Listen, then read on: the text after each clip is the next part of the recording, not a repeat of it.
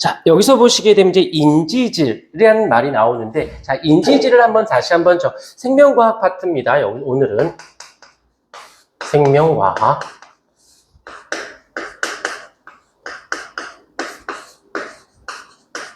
생명과학 파트인데, 여기서 이제 처음에 우리가 3대 영양소에서 원형질 뭐 이런 말 나오는데, 일단 개념적인 부분으로 인지질이라는 말이 나와요. 인지질. 아이고, 인지질 아니지? 지질이란 말을 먼저 써줘야지. 지질. 우리가 지질이라는 말을 먼저 좀 알고 좀 가도록 하셔야 되는데, 먼저 지질.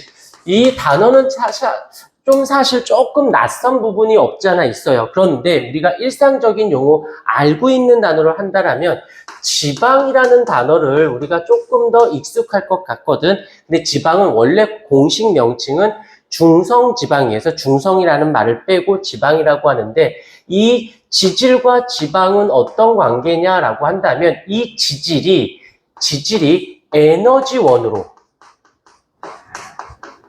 에너지원으로 사용이 된대. 누가? 지질이 에너지원으로 쓰이면 우린 그것을 지방이라고 하는 거지. 그다음에 또 하나, 그 지질이 어떠냐면 얘가 몸을 구성하는 생체막이라고 하는데, 몸을 구성하는데 사용이 되어진대요. 그러면 우린 이름을 인지질이라는 말을 쓰게 되어집니다. 하나 더 있어요. 하나 더 있는데 얘가 호르몬에 사용이 됩니다. 호르몬의 사용. 대표적으로 성장 호르몬하고 성 호르몬이 대표적인 이 지질성 호르몬인데, 그렇게 호르몬으로 사용되는 지질을 우리는 아니, 이거를 영어를 번역했으면 얘도 번역하지 왜 얘는 번역 안 했을까? 라는 생각을 좀 해봐. 쓸데없는 생각이야. 그냥 그런가 보다 했으면 너희들도 받아주셔야 돼요. 그러니까 이걸 예를 들면 뭐냐면 군인이야, 군인. 군인인데 땅을 지켜. 뭐 너희들 표현으로 땅을 지키면 무슨 군인이라고 해? 하늘을 지키면. 공군. 바다를 지키면.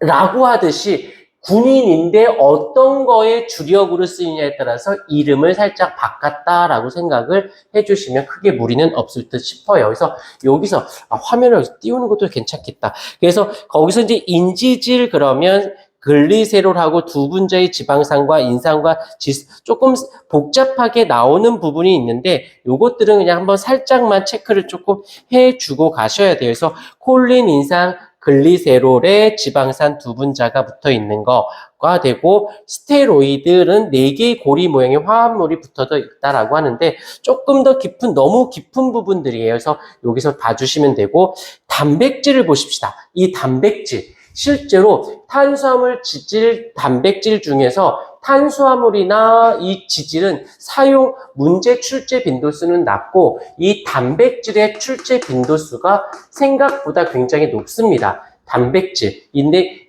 이 단백질의 단위체라고 하는데, 최소 단위를 우리는 들어는 봤을 거야, 다들. 아미노산이라는 말을 들어본 적이 있을 거예요. 이 단백질 단위체는 아미노산이고, 그 다음 비슷한데 구성하고 있는 그 원소는 무엇이냐면 탄소, 수소, 산소에다가 질소까지 포함을 시켜주셔야 됩니다. 그래서 탄수화물은 CH5로 되어 있고 지질도 CH5로 되어 있는데 단백질만 CHON까지도 포함이 되어져 있다라는 거 정도는 잡아주셔야 되고, 자, 거기서 이제 요때 교재에다 밑줄 하나, 펩타이드 결합이라는 말이 펩타이드 결합이라는 단어가 나오면 무조건, 이 펩타이드 결합이라는 단어가 나오면 무조건 단백질, 지질일 때 결합은 에스터 결합이라고 얘기하는데, 요것도 살짝만 써놓을게요. 에스터 결합이란 낯선 단어인데, 요 단어가 나오면 지방을 합성하는데 결합하는 방식이구나 라고 하는 것이고, 이 펩타이드 결합은 이 단백질 파트는 현재 고등학교 1학년의 통합과학에도 언급이 되어져 있어요. 그런데 이 지방 쪽, 이쪽은 현재 통합과학 고1에는 없다가 새로 개편된 통합과학에는 언급이 되어져 있다는 거. 그렇다면 얘는 당연히 알고 있어야 되고 얘가 추가로 더 가야 되는, 얘도 배우고 얘도 배운다가 아니라 있던 거니까 당연히 해야 되는 것이고 추가됐으니까 당연히 신경을 쓰셔야 된다는 것까지도 잡아주셨으면 좋겠어요. 그래서 거기서 보게 되면 세포의 원형질의 주성분이면서 여기서 호르몬이나 항체 요거 정도는 조금 기억을 기능 여러 개가 굉장히 많지만 대표적으로 바로 그 뭐가 있냐면 생체막에, 여기서 생체막이라는 말을 많이 쓰는데 그냥 이렇게 세포막이라고 생각하시면 돼요. 세포막은 지질과 단백질로 되어 있으니까 그 다음에 효소라든지 그다음에 여기 또 뭐 또 되어 있어? 효소라든지 항체 생성, 항체에도 여러 가지 기능을 수행하고 있다라는 거. 그 다음에 이제 펩타이드 결합. 그 다음에 또 하나, 이 아미노산, 여기 있네. 이 아미노산의 구조도 봐주셔야 됩니다.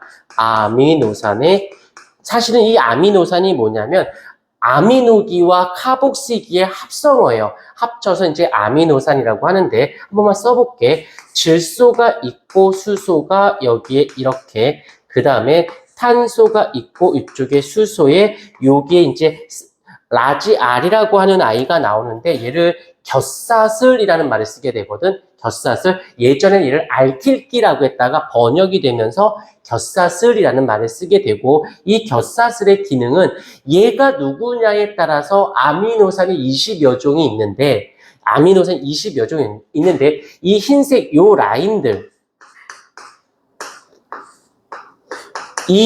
이쪽에 있는 요 아이들은 모든 아미노산이 다 똑같이 갖고 있어요. 그런데 얘가 누구냐에 따라서 아미노산의 종류가 결정이 된다라는 거 정도 하고 예전에 몇 년도인지는 잘 기억은 안 나는데 성균관대학교 과학 논술에서 뭐가 나왔냐면 알킬기에 대해서 서술하시오라고 하면서 2400자 원고지를 줬어.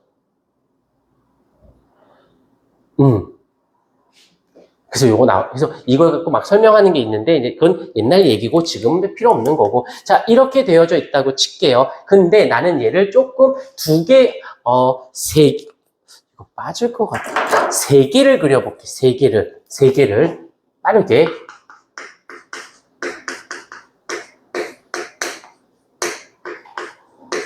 칸이 모자르겠는데? 하나만 그려야겠다.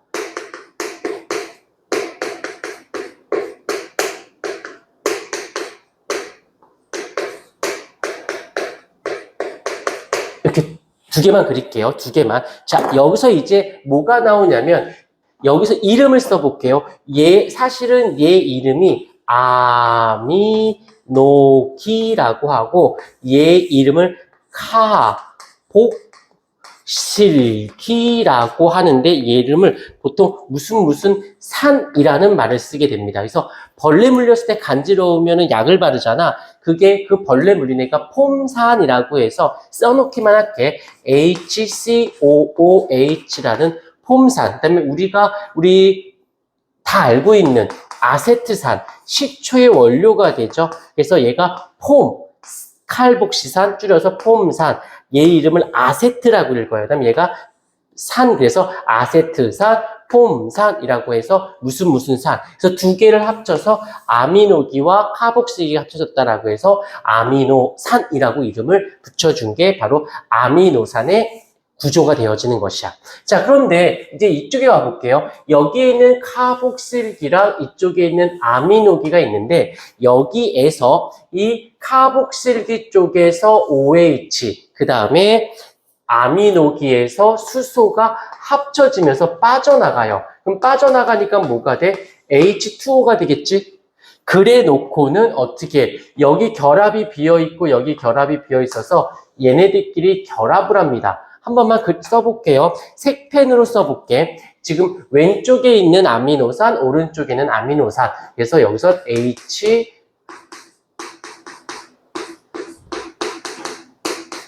곁사슬에 C 여기가 있고 그 다음에 여기 요게 요렇게 있고 그 다음에 이제 이쪽 오른쪽에 있는 아미노산을 이쪽에다 색펜으로 써볼게요. 그러면 여기에 NH에 CH 곁사슬에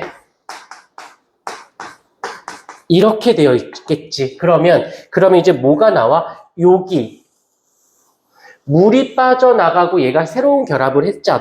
그러면 요 결합을 요렇게 된 요 결합을 우리는 뭐라고 부른다? 얘를 펩타이드 결합이라는 말을 쓰게 되어집니다. 그런데 여기 하나만 하느냐? 이쪽에서도 펩타이드, 이쪽에서도 펩타이드. 그래서 펩타이드 아미노산이 여러 개가 있으면 펩타이드가 여러 개야. 그래서 요거를 살짝 써보면은 여러 개라는 말을 이렇게 쓰죠. 폴리라는 말을 씁니다. 폴리. 그래서 이 여러 개의 펩타이드 결합이다라고 해서 얘를 뭐라고 불러?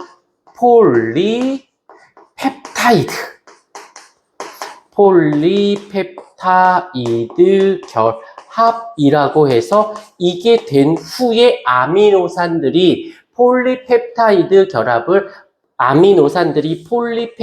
결합을 해서 하나의 커다란 덩어리가 돼 그 덩어리가 된 것을 우리는 단백질이라는 말을 쓰게 되어지는 거지. 그래서 여기 파트는 요 정도까지는